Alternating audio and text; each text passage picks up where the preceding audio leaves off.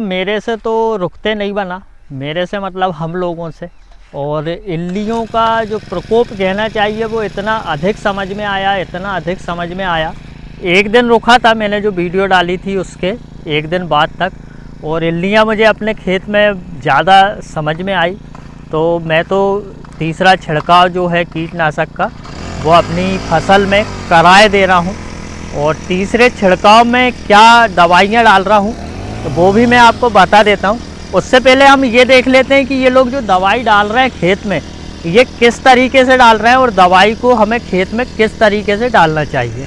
यहाँ पे सुनील भाई घूम रहे हैं, अपना पुराना जो चोबना है पानी भरने का वो भरा हुआ है। राहुल भाई खड़े हुए हैं, गौतम भाई बैठ के मोबाइल चला रहे हैं। और अब हम यहाँ चलते हैं। तो यहाँ पर दोनों भाइयों ने अपनी अपनी दूरियां निश्चित कर ली है दवाई डालने के लिए। और ये जो दवाई डाल रहे हैं इनके बीच में कोई गैप नहीं रह रहा है।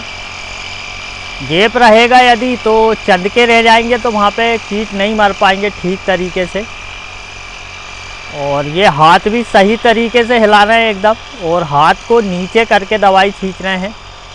तो ये दवाई छींचने का सही तरीका है। बस इसमें एक दिक्कत है दवाई छींचने के तरीके में कि ये जो पंप जो बौछार फेंक रहा है, पानी की फुहार फेंक रहा है, ये बहुत पतली फुहार फेंक रहा है। तो ये पतली होने के कारण क्या है, उड़ के बहुत ज़्यादा दूर तक जा रही है। देखिए आप ध्यान से, बहुत आगे तक जा रही है।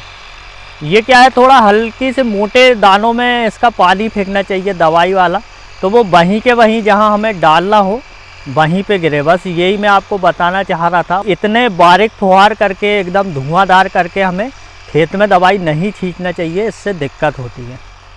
अब हम चलते हैं दवाई की ओर कि हम खेत में क्या डाल रहे हैं। फार्मिंग विद संयोग में आपका बहुत बहुत स्वागत है। इसमें सबसे पहले तो ये डिब्बा दिख गया है हमें, ये डॉक्टर मैक्स के नाम से है, एग्रोमैक्स का। और ये टॉनिक है एग्रोमैक्स की। और ये जो डॉक्टर मैक्स है इसमें hormones, organic acid, bio activewear और कुछ एंजाइम्स है, जो कि 0.5 और 10% और 0.1% में है। और यहाँ पर इंग्लिश में भी कुछ लिखा हुआ है। और ये है बजीर। और ये बजीर जो है ये एक प्रकार की जैविक कीटनाशी है। और जैविक कीटनाशी इसको पौधों के अर्क तेल निर्मित एक प्रकार से बनाया गया है। और बस ये ऐसा लिखा है इस पर कि सोयाबीन, मूंग, चना और सब्जियां, दलहनी फसलों पर हम इसका इस्तेमाल कर सकते हैं, इस कीटनाशक का, बजीर का।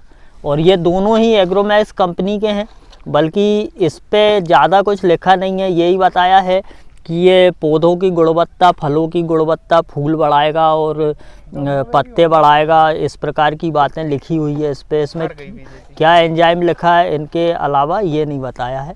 उसके बाद में यहाँ पर जिसका मैं पहले भी जिक्र कर चुका हूँ, ये प्रोफेनोसाइफर है। और इसमें प्रोफेनोफास 40% में है और साइफरमेथ्रिन जो है 4% ईसी में है प्रोफेनोसाइफर में। यहाँ पर चिपको रखा हुआ है, चिपको मतलब स्टिकर। और कुछ चीज़ों का हमने घोल बनाया हुआ है। और इसमें मैं इस बार इस्तेमाल कर रहा हूँ इमिडाक्लोरोपिड का, जो कि एक बहुत बढ़िया इंसेक्टिसाइड है। और इमिडाक्लोरोपिड जो है वह 70% WG में है, ग्रेन्यूअल फॉर्म में। अब ग्रेन्यूअल फॉर्म में आपको बताऊं तो ग्रेन्यूअल फॉर्म मतलब स्यों जैसा आएगा। और इस बार मूंग के तीसरे छिड़काव में हम फफूंदनाशक का भी इस्तेमाल कर रहे हैं, जो कि थायोफेनेट मिथाइल है। और 70% में है ये घुलनशील थायोफेनेट मिथाइल। इसका भी मैंने एक अलग से वीडियो बनाया हुआ है, आप चाहे तो उसको देख सकते हैं। उसमें बढ़िया खुलकर और अच्छी जानकारी मैंने दी हुई है। तो यही कुछ है आज की जो मैं अपने खेत में दवाइयाँ डाल रहा हूँ उनके बारे में जानकारी, कि मैं ये दवाइयाँ डाल रहा हूँ इस प्रकार की।